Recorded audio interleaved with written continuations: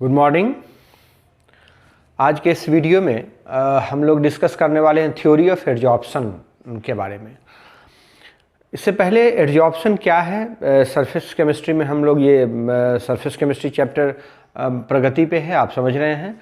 और इस चैप्टर में हम लोगों ने कुछ टॉपिक ऑलरेडी डिस्कस किया हुआ है, जैसे एडजॉर्प्शन क्या है, एब्जॉर्प्शन क्या है, एडजॉर्प्शन के टाइप्स कौन कौन से हैं, on the basis of the nature of intermolecular force of attraction between the adsorbate and adsorbent and adsorbate.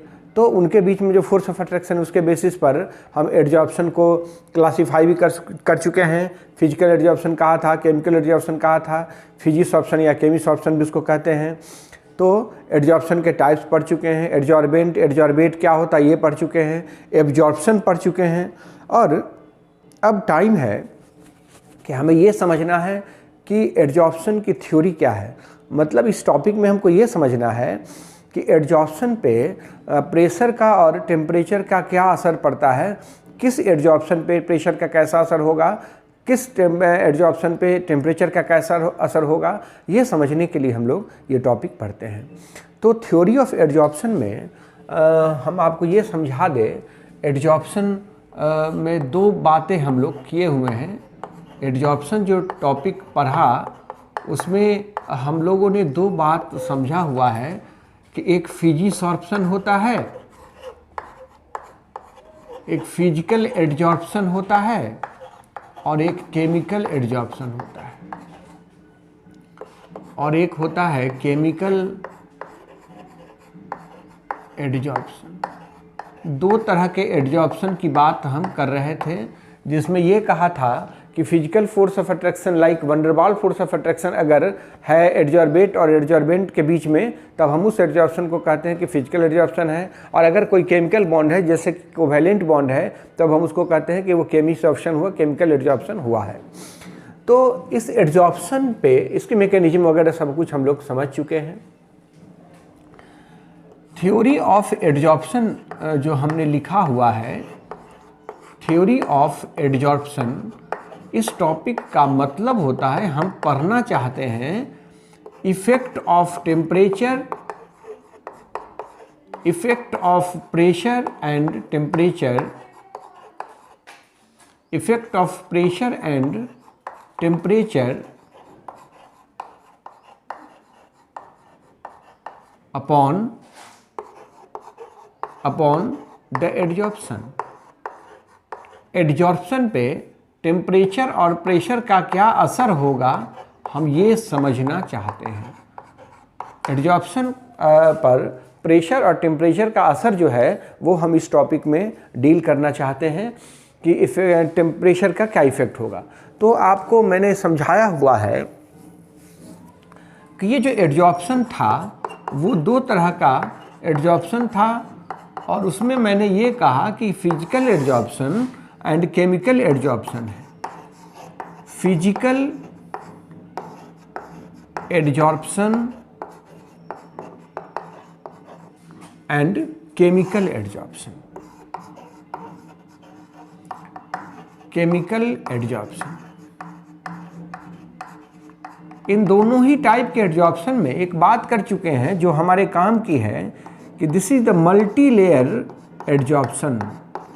This is the multi layer adsorption, मतलब इसमें मल्टी लेयर, एक से ज़्यादा लेयर का फॉर्मेशन होगा, और this is the mono layer adsorption. This is the mono layer adsorption.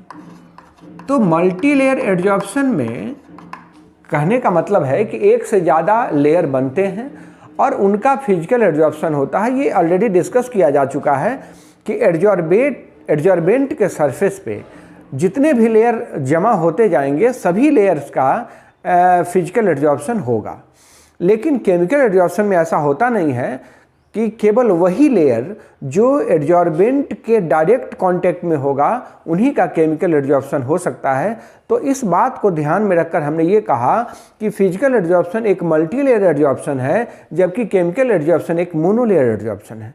और आप समझ रहे हैं कि जब हम प्रेशर बढ़ाएंगे तो प्रेशर बढ़ाने से एक से ज़्यादा लेयर का फॉर्मेशन होगा, मल्टी लेयर का फॉर्मेशन होगा। इसका मतलब हुआ कि प्रेशर का असर केवल और केवल फिजिकल एड्जॉर्प्शन पे हो सकता है, केमिकल एड्जॉर्प्शन पे नहीं होगा, क्योंकि केमिकल एड्जॉर्प्शन मोनोलेयर होता है, फिजिकल एड्जॉर्प्शन मल्टी लेयर होता है। तो ये बात मैं लिखना चाहता हूँ इसकी मदद से कि only फिजिसॉर्प्शन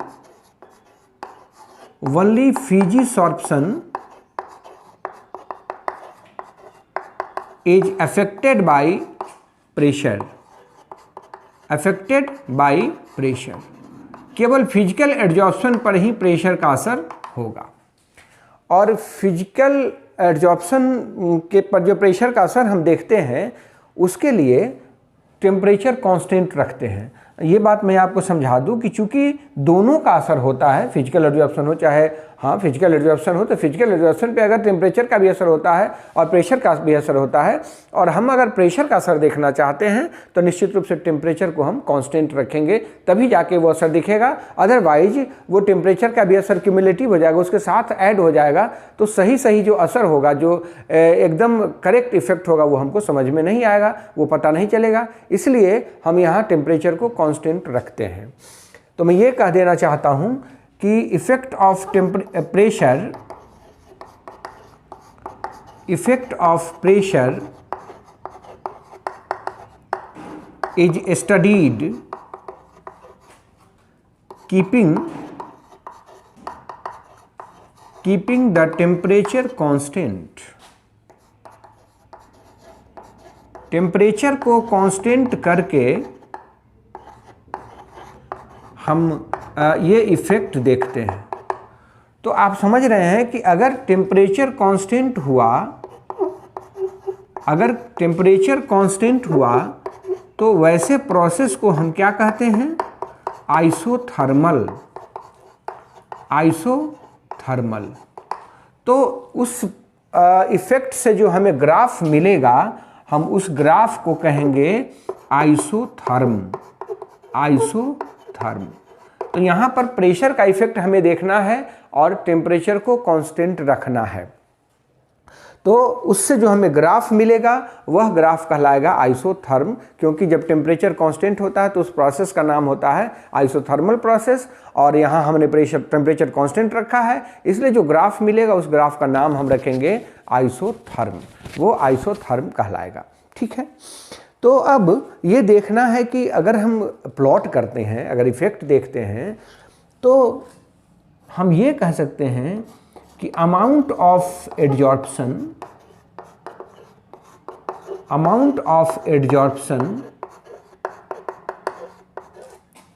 and pressure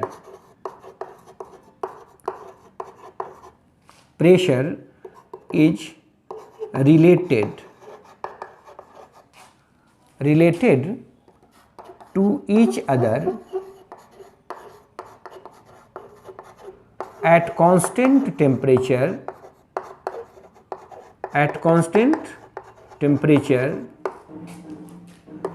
and the graph, वो जो ग्राफ हमें मिलेगा, ग्राफ obtained is आइसोथर्म।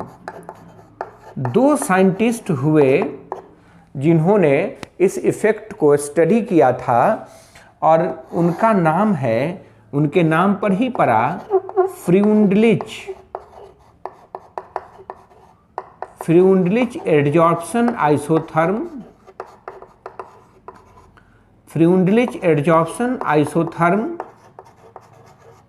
जो कि हम लोगों को अभी पढ़ना है। और एक होता है लैंगमूर एड्जॉर्प्शन आइसोथर्म, जो अब सिलेबस में नहीं है। लैंगमूर एड्जॉर्प्शन आइसोथर्म अब सिलेबस में नहीं है, तो हमें फ्रीउंडलिच एड्जॉर्प्शन आइसोथर्म पढ़ना है। फ्रीउंडलिच एड्जॉर्प्शन आइसोथर्म के लिए मैंने आपको समझा दिया कि हमको इस आइसोथर्म में पढ़ना है effect of pressure upon the amount of adsorption at the constant temperature, यही हम पढ़ने वाले हैं। तो पहले ये समझा दे आपको, चलिए टॉपिक ही शुरू कर लेता हूँ। फ्रीउंडलिच adsorption isotherm, फ्रीउंडलिच adsorption isotherm.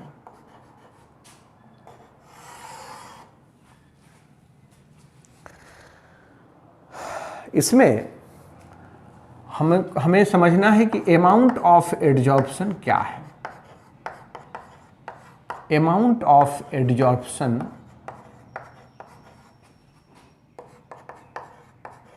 Is directly proportional to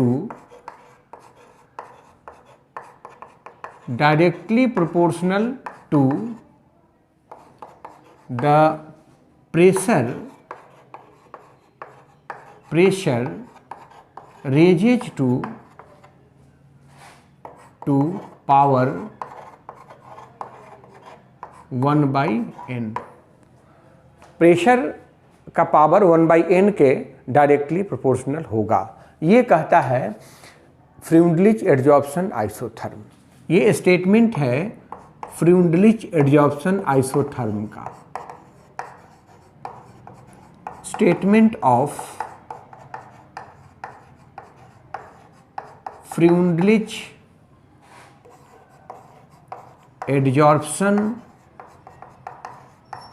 isotherm, ये फ्रीउंडलिच एडजॉर्प्शन आइसोथर्म का स्टेटमेंट है। तो यहां दो बातें हुई, एक amount of adsorption, amount of adsorption ये हम लोग लिखते हैं x/m, जिसमें where this x is mass of adsorbate, mass of adsorbate, जो एडजॉर्बेट वहाँ एडजॉर्ब्ड हुआ, और m जो है this is the mass of adsorbent, mass of adsorbent, ये एडजॉर्बेंट का मास है।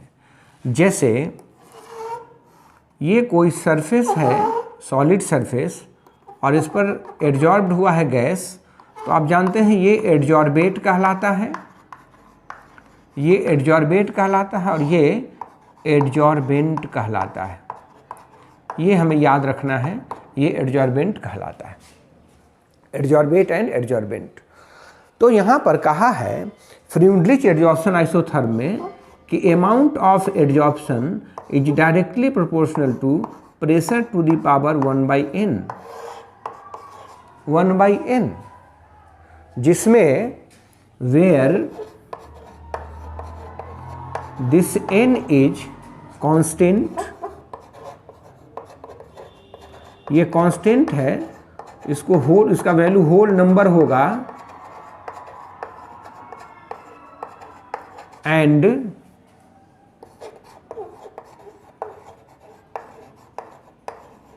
Depends upon the nature of adsorbate, nature of adsorbate and adsorbent, जो उसके नेचर पे डिपेंड करता है। ये कहा फ्रीउंडलिच के स्टेटमेंट में, ऐसा कहा गया है। फ्रीउंडलिच एडजॉर्प्शन आइसोथर्म कैसे हम प्लॉट करेंगे ये आपको दिखा देते हैं। फ्रीउंडलिच एडजॉर्प्शन आइसोथर्म, तो हमें प्लॉट करना है x/m को प्रेशर के अगेंस्ट। ऑप्शन को प्रेशर से कोरिलेट करने के लिए ये ग्राफ प्लॉट किया है, ये ग्राफ प्लॉट किया है। अमाउंट ऑफ एडजॉर्प्शन यहाँ लिया x/m, बता दिया है कि अमाउंट ऑफ एडजॉर्प्शन क्यों कर रहे हैं उसको, और इस पर लिया हमने प्रेशर, इस x एक्सिस पर हमने लिया हुआ है प्रेशर ये एक्स एक्सिस है, लिख देता हूँ, और ये वाई एक्सिस है, इसको भी मैं लिख देता हूँ, ये वाई एक्सिस है। तो जब प्रेशर एड्जॉर्प्शन को प्रेशर के अगेंस्ट में प्लॉट करते हैं तो फ्रीउंडलिच एड्जॉर्प्शन आइसोथर्म में ये ग्राफ हमें मिला है, ये ग्राफ हमें मिला। इसी ग्राफ को हम फ्रीउंडलिच एड्जॉर्प्शन आइसोथर्म कहते हैं, क्योंकि ये खास टेम्परेचर पर प्लॉट किया गया है। फ्रीउंडलिच adsorption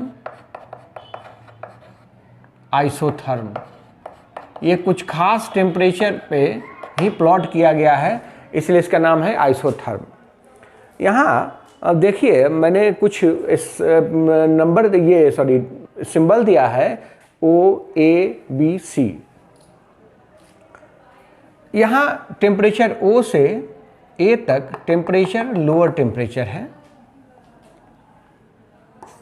in the graph different segments are there,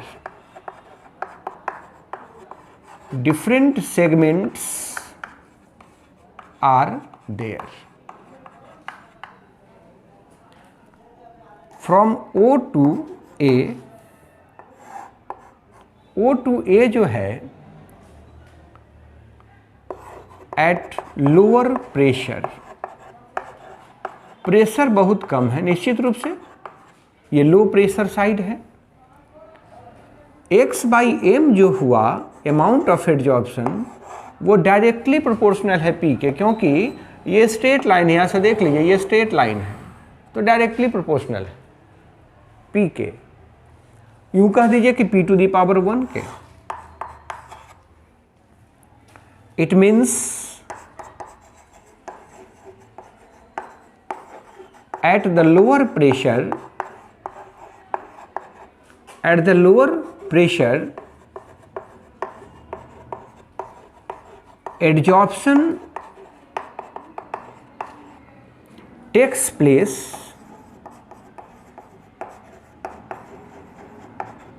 very fast। Adsorption बहुत तेजी से होगा, बहुत तेजी से होगा। X/m is directly proportional to P to the power 1, क्योंकि यहाँ से यहाँ स्ट्रेट लाइन है। हम दूसरे सेगमेंट की बात करते हैं from A to B। From A to B मतलब मॉडरेट प्रेशर पे, मॉडरेट प्रेशर पे, यूं कहिए कि इंटरमीडिएट प्रेशर, मतलब बीच का प्रेशर है ना, बहुत ज़्यादा है ना बहुत कम है। ये प्रेशर यहाँ तक मॉडरेट प्रेशर पे, ये सीधा ग्राफ नहीं है, इससे थोड़ा सा कर्व्ड हुआ है। तो यहाँ हम लिख सकते हैं कि X/m is directly proportional to P to the power 1/n के, where n is greater than 1, n is greater than 1, 1 से बड़ा होगा। मतलब ये कि फ्रीउंडलिच एड्जॉर्प्शन ने आइसोथर्म में फ्रीउंडलिच ने जो कहा वो इसी के लिए कहा, मॉडरेट प्रेशर के लिए कहा, जिसमें n 1 से बड़ा है, तो निश्चित रूप से ये डायरेक्टली प्रोपोर्शनल नहीं हुआ, वो P के डायरेक्टली प्रोपोर्शनल नहीं हुआ, P to the power 1/n के डायरेक्टली प्रोपोर्शनल हुआ, क्योंकि ये कर्व्ड हो रहा है धीरे धीरे। जो तेजी से, जिस तेजी से यहाँ से यहाँ तक बढ़ा है उस तेजी से यहाँ से यहाँ तक नहीं बढ़ा, वो थोड़ा सा स्लोप उसमें कर्व आ गया, कर्व बन गया वो। इसलिए हम कहते हैं कि n का वैल्यू 1 से बड़ा है, और यहाँ फ्रीउंडलिच एड्जॉर्प्शन आइसोथर्म यही के लिए ये एप्लीकेबल है। और हम अगर कहें इसको थोड़ा सा और आगे बढ़ें, beyond B, beyond B, B के बाद at very high pressure, very high pressure, देखिए प्रेशर बढ़ा रहे हैं तो लगभग ये पैरेलल हो गया, ये एकदम पैरेलल हो गया है एक्स एक्सिस के, देखिए एकदम पैरेलल हो गया है। मतलब अब एड्जॉर्प्शन नहीं बढ़ रहा है, तो X/m जो हुआ वो डायरेक्टली प्रोपोर्शनल हुआ P टू दी पावर 0 के। मतलब अब चाहे प्रेशर कितना भी बढ़ा रहे हैं एड्जॉर्प्शन नहीं हो रहा है, और उस समय हम कहते हैं कि ये सैचुरेशन को पार कर गया है, सैचुरेशन को पा गया है, ये सैचुरेटेड हो गया यहाँ, इसके बाद अब एड्जॉर्प्शन नहीं होने वाला है, ये सैचुरेट हो गया है। इस प्रेशर को हम सैचुरेशन प्रेशर कहते हैं। इस हाई प्रेशर पे तो कह सकते हैं आप, it means at this high pressure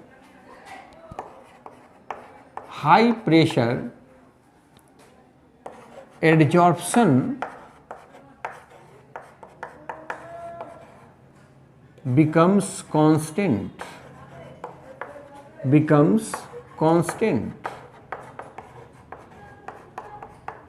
that is saturation takes place,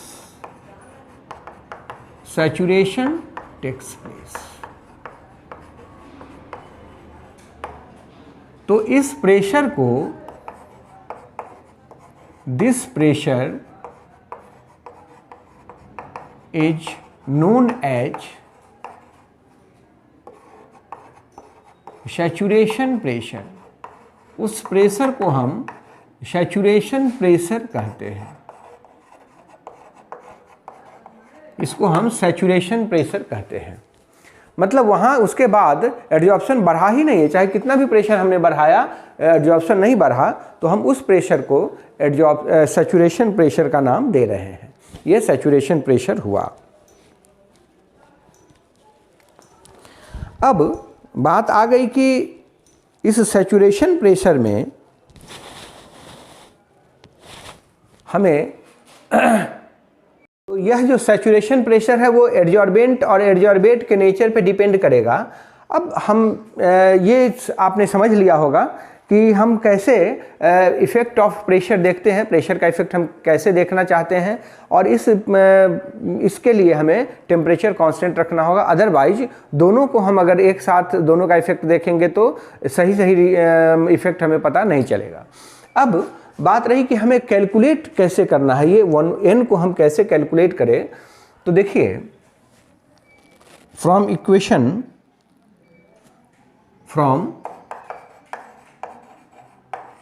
इसका मैंने नाम नहीं दिया है x/m, ये डायरेक्टली प्रोपोर्शनल है p⁴ 1/n के। इसको इक्वेशन 1 कहा था पहले।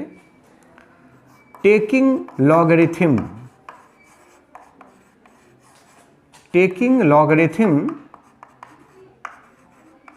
ऑन बोथ साइड्स, दोनों तरफ हम लॉग लेना चाहते हैं। तो log x/m बराबर, इसको हम ऐसा करते हैं कि यहाँ अगर इक्वल कर दे तो यहाँ k लिखना होगा। तो log x/m जो होगा वो बराबर हो जाएगा log k p⁴ 1/n के, या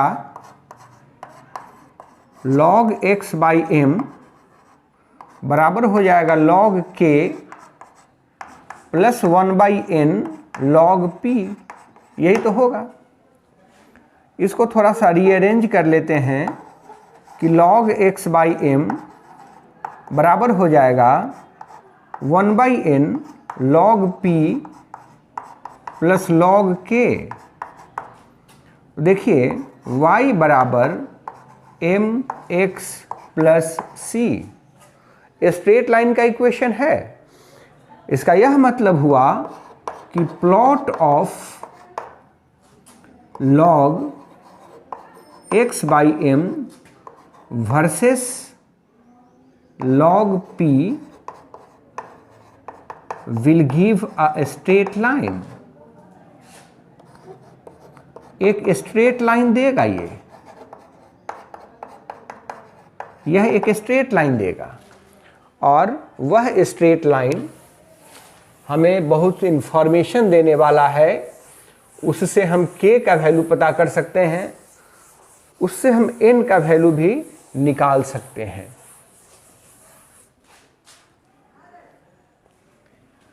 तो कहा कि y एक्सिस पर हमें log x बाई m लेना है, log x बाई m लेना है और यहाँ log t लेना है। तो एक स्ट्रेट लाइन मिलेगा जिसका इंटरसेप्ट c होगा k, ठीक है। ये लाइन हमें मिलेगा जिसका इंटरसेप्ट c मतलब log k देगा और इसका स्लोप जो होगा वही होगा 1/n। ये स्लोप मिल गया हमें। तो इस तरह से हम प्लॉट करके आसानी से कैलकुलेट कर सकेंगे कि n का वैल्यू कितना होगा। ये एडजॉर्प्शन आइसोथर्म की बात हम कर रहे थे। एडजॉर्प्शन फ्रॉम सॉल्यूशन फेज, इसी से रिलेटेड हम आपको कुछ समझा दें। एडजॉर्प्शन फ्रॉम सॉल्यूशन फेज, जैसे अभी जो एडजॉर्प्शन हम लोगों ने पढ़ा है फ्रीमडलिच एडजॉर्प्शन आइसोथर्म, उसमें तो कहा कि गैस होगा, एडजॉर्बेट जो है वो गैस है, क्योंकि प्रेशर का असर तो गैस पर होता है, लिक्विड पे तो होता नहीं। यहाँ पर हमें जो एडजॉर्बेट लेना है वो है सॉल्यूशन, वो लिक्विड हमें लेना है। तो आप समझ रहे हैं कि a liquid is almost incompressible. एक लिक्विड जो होता है वो इनकम्प्रेसिबल होता है, उसको कंप्रेस नहीं किया जा सकता है। So can not be affected by temperature, sorry affected by pressure. इस पर प्रेशर का असर नहीं होगा। तो उस पर असर किसका होगा? कंसंट्रेशन का। But affected by the pressure, उस पर असर होगा मात्र pressure, sorry affected by the concentration, उस पर केवल कंसंट्रेशन का असर होगा। और उसके लिए जो फ्रीमडलिच एडजॉर्प्शन आइसोथर्म दिया जाएगा, फ्रीमडलिच एडजॉर्प्शन आइसोथर्म, उसके लिए जो इक्वेशन होगा वो होगा x बाई m, ये डायरेक्टली प्रोपोर्शनल होगा c to the power 1/n के, जिसमें c क्या है? कंसंट्रेशन है, वेयर c इज कंसंट्रेशन। तो यहाँ जस्ट हम प्रेशर के जगह पर क्या रख देने वाले हैं? कंसंट्रेशन रख दिया, और हमें सब बात वैसी जैसे पहले हो रहा था वैसे अभी भी वही सारी बातें लागू होंगी, वही सारे कंसेप्ट यहाँ भी लागू होंगे। फिर यहाँ भी लॉग लेंगे तो वही ग्राफ मिलेगा, केवल p के जगह पर c हो जाना है। यहाँ पर कहना यह है कि अगर कोई लिक्विड फेज है, कोई सोल्यूशन फेज है जिसका एडजॉर्प्शन हो रहा है, तो उस सॉल्यूशन के विस्कोसिटी पे डिपेंड करेगा एडजॉर्प्शन का अमाउंट, उस सॉल्यूशन उसके नेचर पे डिपेंड करेगा, जो एडजॉर्बेट है उसके नेचर पे डिपेंड करेगा, इंटरमॉलिक्यूलर फोर्स ऑफ अट्रैक्शन कितना है उस पर डिपेंड करेगा, टेम्परेचर पे डिपेंड करेगा, वगैरह वगैरह बहुत सारे फैक्टर्स है जिस पे डिपेंड करेगा।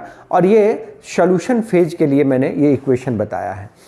इसके बाद हमें ये समझ लेना चाहिए कि इस थ्योरी में कि टेम्परेचर का असर क्या होता है, इफेक्ट ऑफ टेम्परेचर।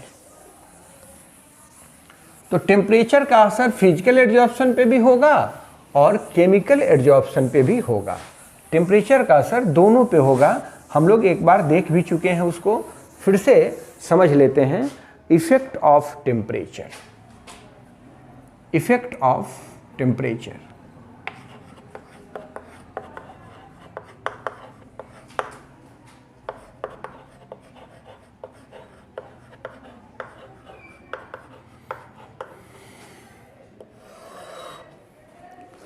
टेम्परेचर का अगर इफेक्ट देखते हैं तो निश्चित रूप से यहां प्रेशर कांस्टेंट रखना होगा। To study the effect of temperature, effect of temperature at the adsorption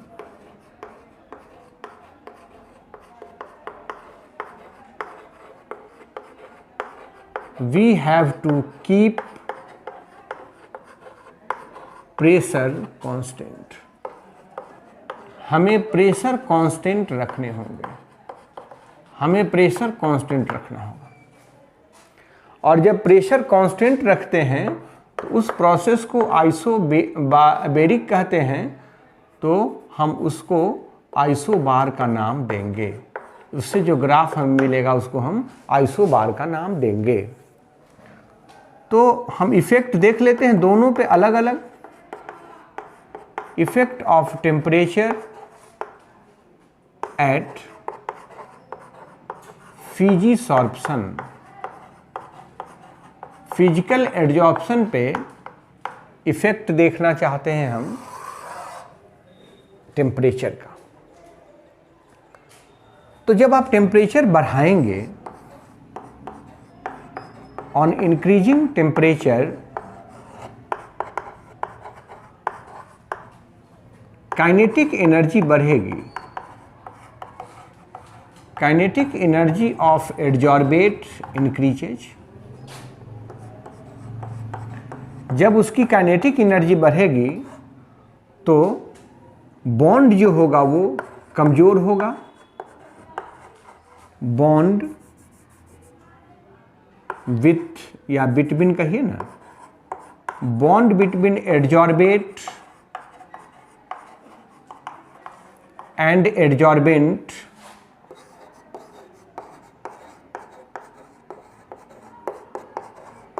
becomes weaker, और उसका नतीजा होगा डिसॉर्प्शन। Desorption takes place. तो अगर आप टेम्परेचर बढ़ाते हैं तो डिसॉर्प्शन होगा। किसके केस में? फिजिकल एडजॉर्प्शन के केस। x/m यहाँ ले लीजिए और यहाँ टेम्परेचर लीजिए। टेम्परेचर बढ़ाएंगे तो एडजॉर्प्शन घटेगा, टेम्परेचर बढ़ाएंगे तो एडजॉर्प्शन घटेगा। और ये है इफेक्ट टेम्परेचर का। और ये जो ग्राफ है इसको हम कहेंगे आइसोबार। ये आइसोबार हुआ क्योंकि हमने यहाँ टेम्परेचर कांस्टेंट रखा हुआ है। तो ये बात हुई कि हम इफेक्ट देखना चाह रहे थे फिजिकल एडजॉर्प्शन पे। Effect of temperature at the chemical adsorption. Chemical adsorption पे टेम्परेचर का इफेक्ट, इस पर हम लोग बात कर भी चुके हैं एक बार कि अगर हम केमिकल एडजॉर्प्शन के लिए प्लॉट करते हैं, इस पर टेम्परेचर लेते हैं और इस पर अमाउंट ऑफ एडजॉर्प्शन लेते हैं, तो कहा था कि पहले एडजॉर्प्शन बढ़ता है, मैक्सिमम वैल्यू पहुंचता है, उसके बाद घटना शुरू होता है। कि एडजॉर्प्शन, केमिसॉर्प्शन कहिए, chemisorption increases first, increases first on increasing temperature, on increasing temperature। और उसके बाद एडजॉर्प्शन जब हो गया, मैक्सिमम पहुंच गया, उसके बाद वो घटना शुरू हो जाएगा क्योंकि फिर डिसॉर्प्शन शुरू हो जाएगा। ये पहले डिस्कस कर चुके हैं कि शुरू में जब टेम्परेचर बढ़ाते हैं तो एडजॉर्बेट मॉलिक्यूल्स एक्टिवेट होते हैं, मतलब वो एटॉमिक फॉर्म में कन्वर्ट होते हैं। और एटॉमिक फॉर्म में कन्वर्ट होने के बाद फिर उनका बॉन्ड बनता है एडजॉर्बेंट के साथ और तब केमिकल एडजॉर्प्शन हो जाता है। और इस तरह से केमिकल एडजॉर्प्शन जब मैक्सिमम पहुंच जाता है तो फिर और टेम्परेचर अगर बढ़ाते हैं तो फिर वहाँ से डिसॉर्प्शन होता है, क्योंकि काइनेटिक एनर्जी बढ़ेगी तो बॉन्ड टूटेगा और डिसॉर्प्शन हो जाएगा सरफेस से। तो ये मैकेनिज्म है केमिकल एडजॉर्प्शन में। इसे भी हम कहते हैं कि ये भी आइसोबार कहलाएगा, क्योंकि हमने यहाँ भी प्रेशर कांस्टेंट रखा हुआ है। तो दोनों ही एडजॉर्प्शंस पे इसका इफ़ेक्ट अलग अलग होता है। अब ये बात हुई एडजॉर्प्शन की। एडजॉर्प्शन हमारे चारों तरफ खूब दिखते हैं, चारों तरफ एडजॉर्प्शन हमें दिखते हैं। जैसे एडजॉर्प्शन करेंगे कि मास्क जो होता है, गैस मास्क, वहाँ एक्टिवेटेड चारकोल डाला हुआ रहता है उसमें माउथ के पास, जो बहुत सारे पॉइजनस गैस को एब्जॉर्ब कर लेता है। क्रोमेटोग्राफी, बहुत सारे ऐसे हमारे आसपास में, हमारे जनरल यूज़ में एडजॉर्प्शन का एप्लीकेशन है और हम उससे बहुत सारा यूज़ करते भी हैं। हमारे आसपास में बहुत सारे एडजॉर्प्शन के एग्जांपल्स मिल भी जाते हैं। तो ये सरफेस की बात कर रहे थे, एडजॉर्प्शन की बात कर रहे थे।